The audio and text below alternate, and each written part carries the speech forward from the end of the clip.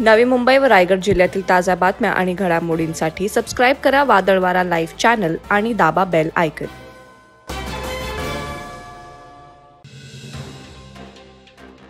आगामी लोकसभा निवडणुकीच्या पार्श्वभूमीवर तसंच मावळ लोकसभा मतदारसंघाबरोबर उरण विधानसभा मतदारसंघातील जनमानसाच्या समस्यांचं निराकरण करण्यासाठी सोमवार दिनांक 4 मार्च रोजी सायंकाळी 5:30 वाजता द्रोणागिरी नोड नवीन शेवा येथील मैदानावर शिवसेनेचे नेते तथा माजी मुख्यमंत्री उद्धव ठाकरे यांच्या उपस्थितीत जनसंवाद मेळाव्याचं आयोजन करण्यात आलंय।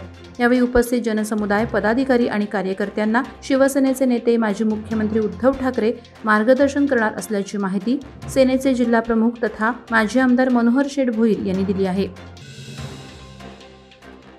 श्रीवर्धन तालुक्यातील दिघी गावामध्ये दिनांक 2 मार्च रोजी पहाटे 4 वाजण्याच्या सुमारास 2 मोटरसायकल आगीमध्ये जळून खाक झाल्याची घटना समोर आली आहे। दिघी मुस्लिम समाजाचे अध्यक्ष मनसूर कादरी यांच्या घराबाहेर व्हरांड्यात त्यांच्या मालकीच्या पार्क करून ठेवलेल्या सुझुकी कंपनीची निळ्या रंगाची बर्गमन स्कूटी क्रमांक MH06 CH 4813 आणि होंडा कंपनीची काळ्या रंगाची युनिकॉर्न मोटरसायकल क्रमांक MH06 AU 5003 या दोन्ही गाड्यांना आग लागल्याचं समजतंय। अज्ञात समाजकंटकाने या दोन्ही दुचाकींना आग लावल्याची शंका वर्तवली जात आहे। मध्यरात्री ही घटना घडल्याने परिसरात घबराट निर्माण झाली आहे। नागोठणे रोहा मार्गावर असलेल्या भिसे खिंडीत आयशर टेम्पो पलटी झाला। चालकाचं वाहनावरील नियंत्रण सुटल्याने उतारावर असणाऱ्या तीव्र वळणावर ओव्हरलोड टेम्पो पलटी होऊन अपघात झाला। या अपघातात टेम्पो चालक समसुद्दीन खान सुदैवाने बचावला। त्याला किरकोळ दुखापत झाली आहे। रोहाजवळील धाटाव औद्योगिक क्षेत्रातील सुदर्शन केमिकल्स प्रायव्हेट लिमिटेड या कंपनीमधून लाल रंगाचा माल घेऊन हा टेम्पो कळंबोली येथे जात होता।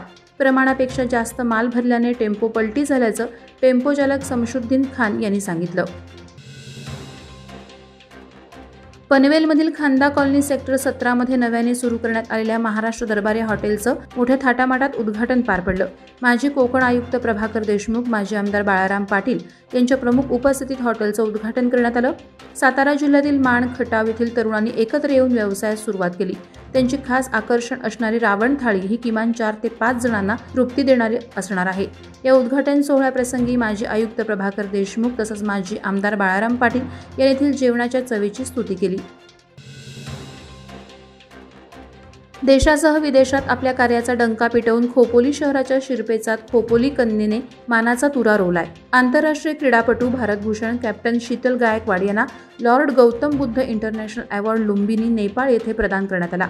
याच दिवशी कॅप्टन शीतल गायकवाड यांना शो थीम प्रोडक्शन हाऊसच्या वतीनं राष्ट्रीय अचिव्हर्स अवॉर्डने देखील सन्मानित करण्यात आलं।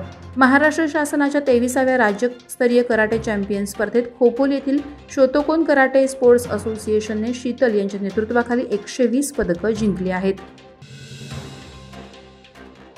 पेणमधील हेटवणे कालव्यांचे चतुर्थ सुधारित प्रशासकीय मान्यता प्रस्तावास मंजुरी मिळावी आणि खारेपाटातील पिण्याच्या पाण्याची रखडलेली पाईपलाईन समस्येशी संबंधित अन्य प्रस्तावित योजना पूर्ण व्हाव्या यासाठी 24 फेब्रुवारी रोजी वाशी येथील ग्रामपंचायतच्या पटांगणात आमरण उपोषण सुरू होतं। याबाबत हेटवणे मध्यम प्रकल्पाच्या चतुर्थ सुप्रमा प्रस्तावावर वित्त आणि नियोजन विभागाची सहमती होऊन हा प्रस्ताव पुढील कार्यवाहीसाठी जलसंपदा विभागाकडे सादर झालेला असून त्यास मंजुरी घेण्यात येईल असं जलसंपदा अधिकारी यांनी उपोषणकर्त्यांना सांगितलं। त्यानंतर उपोषण स्थगित करण्यात आलं। वादळवारा लाईव्हसाठी न्यूज ब्युरो, रायगड। नवी मुंबई व रायगड जिल्ह्यातील ताज्या बातम्या आणि घडामोडींसाठी सबस्क्राईब करा वादळवारा लाईव्ह चॅनल आणि दाबा बेल आयकॉन।